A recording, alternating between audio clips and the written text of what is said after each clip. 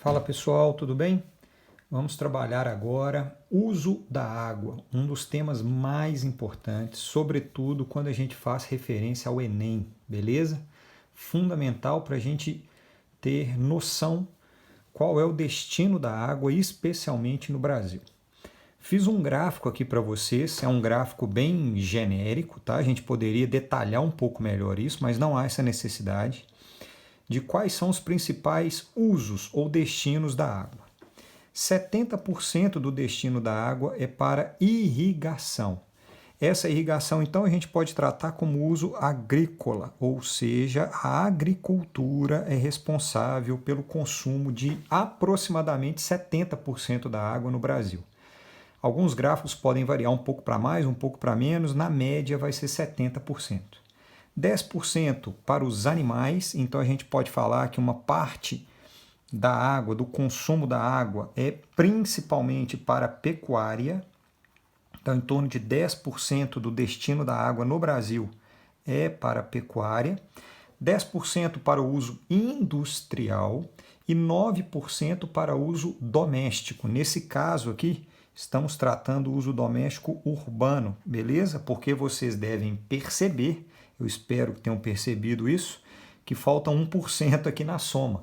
Esse 1% que está faltando é para uso, consumo doméstico, só que rural. Como a população urbana é maior e a taxa de consumo também é maior do que a rural, então 9% para a população urbana, consumo doméstico, o banho, o consumo de sedentação, tomar água, e 1% para o consumo rural, que não entrou nesse gráfico aqui, compondo então 100% do consumo da água.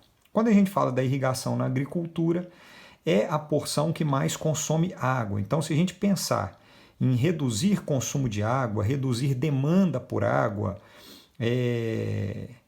estamos falando em reduzir o consumo na agricultura. E onde mais se consome na agricultura, onde mais se gasta água na agricultura? Primeiro, nós temos altíssimos desperdícios na produção agrícola, muito grande mesmo, principalmente quando se faz uso de técnicas inadequadas de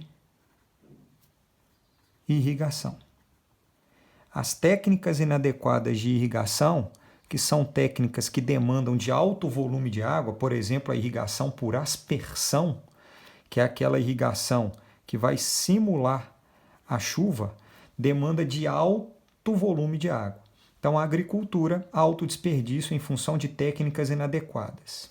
Segundo aspecto que faz com que a agricultura seja a maior responsável por demanda de água no Brasil e no mundo é a superexploração, uma exploração acima da capacidade desse sistema natural de aquíferos e lençóis freáticos. Isso quer dizer que a gente tem uma exploração maior do que a capacidade de recarga desses sistemas.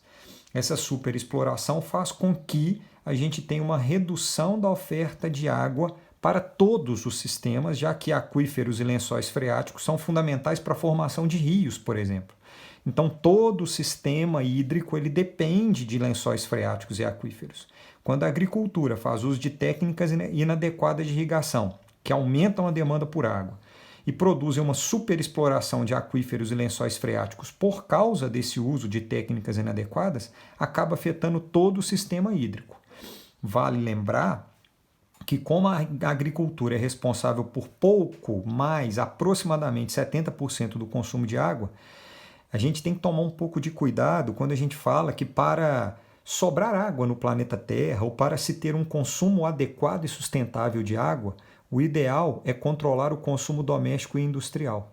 Muita gente utiliza como proposta de intervenção, por exemplo, em redação, que trata sobre balanços hídricos, redução de tempo de banho, não escovar dente com a torneira aberta. Claro que isso é importante, mas esse consumo doméstico ele representa apenas 9% do consumo total. Se a gente quer efetivamente criar um equilíbrio no consumo e na demanda de água, o nosso foco tem que ser a agricultura técnicas mais adequadas de irrigação, modelos de produção mais sustentáveis com relação à água e não necessariamente com foco no consumo doméstico urbano, especialmente. Beleza?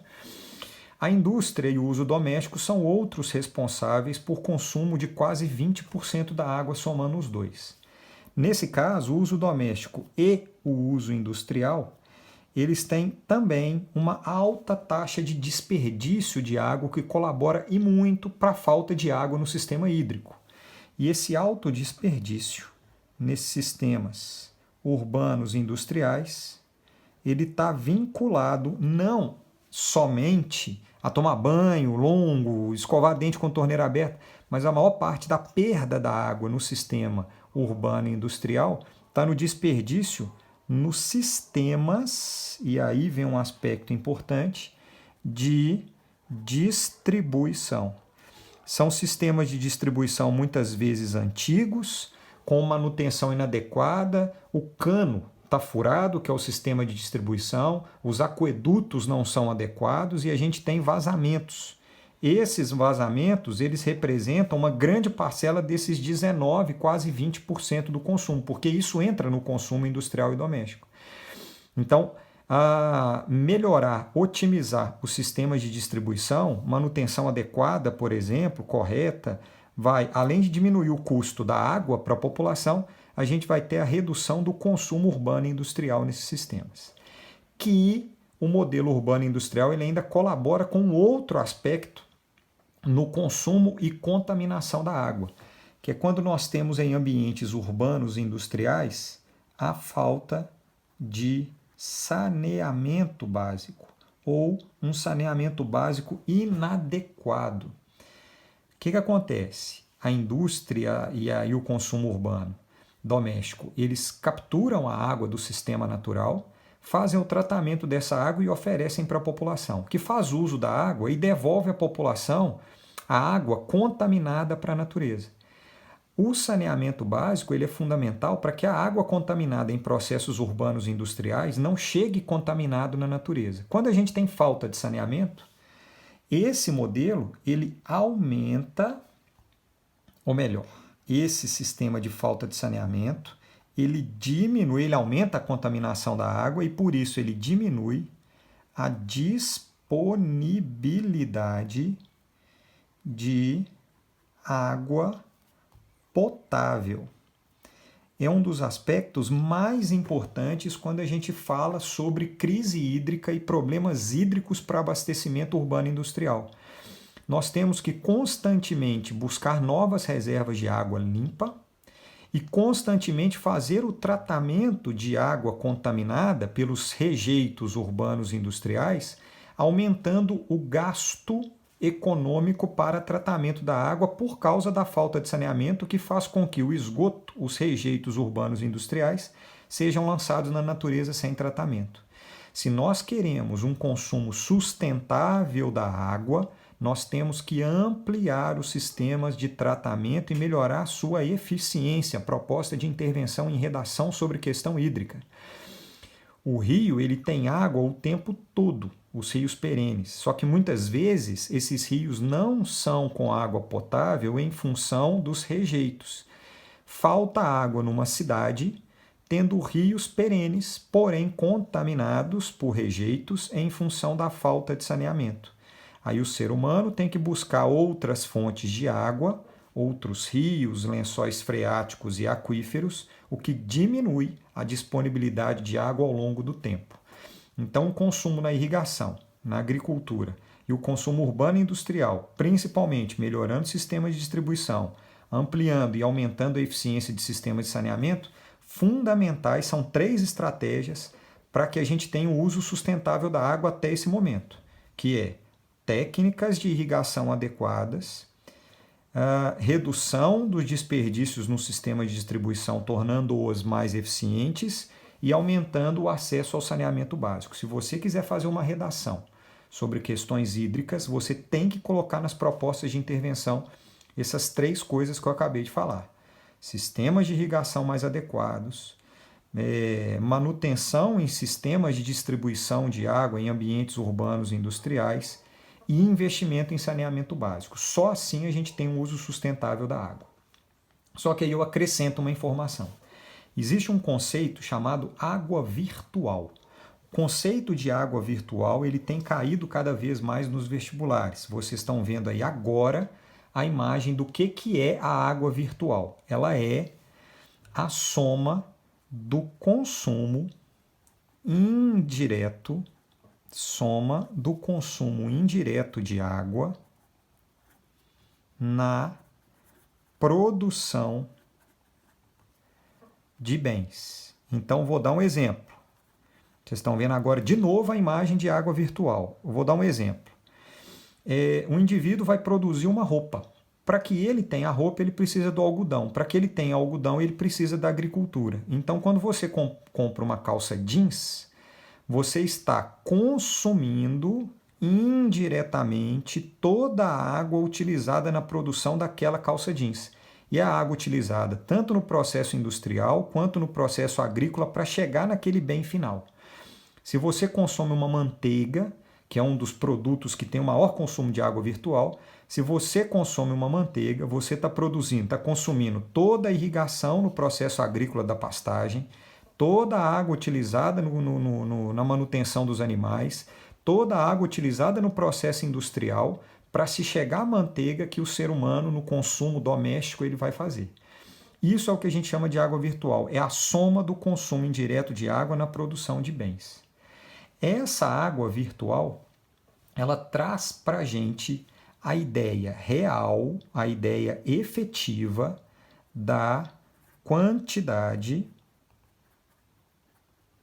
de água demandada, quantidade de água real demandada no processo de produção.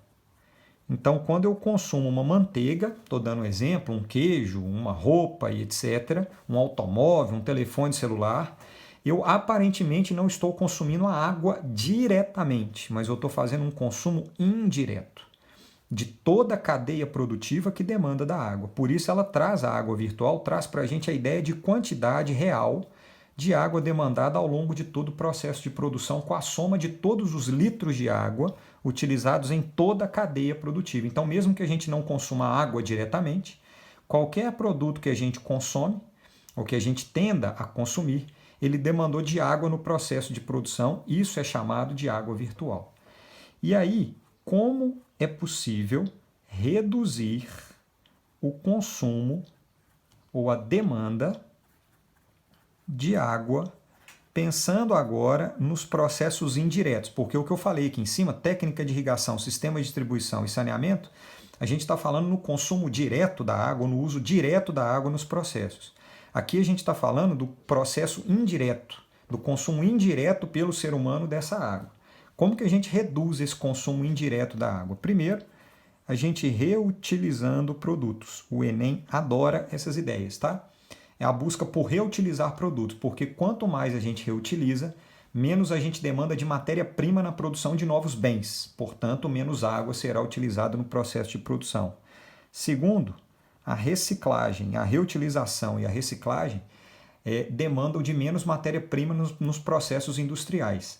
Significa que demanda de menos água. Terceiro, evolução das tecnologias de produção, que vão demandar de menos água. Tecnologias de irrigação, tecnologias de saneamento, tecnologias no processo industrial, que demande de menos água nos processos produtivos. E, claro, a criação de novos materiais, que sejam materiais que utilizem menos água nos seus processos produtivos e na sua composição. Resultado, a gente tem aqui um conjunto de propostas de intervenção fundamentados no uso da água pelo ser humano. Quais são as propostas de intervenção para a gente ter um modelo de produção e consumo mais sustentáveis do ponto de vista hídrico? Técnicas de irrigação, sistemas de distribuição mais eficientes, melhor saneamento básico e maior acesso. Pensando na água virtual, reutilização, reciclagem, novas tecnologias de produção que demandem de menos água e novos materiais que também demandem de menos água. Beleza, pessoal? Grande abraço!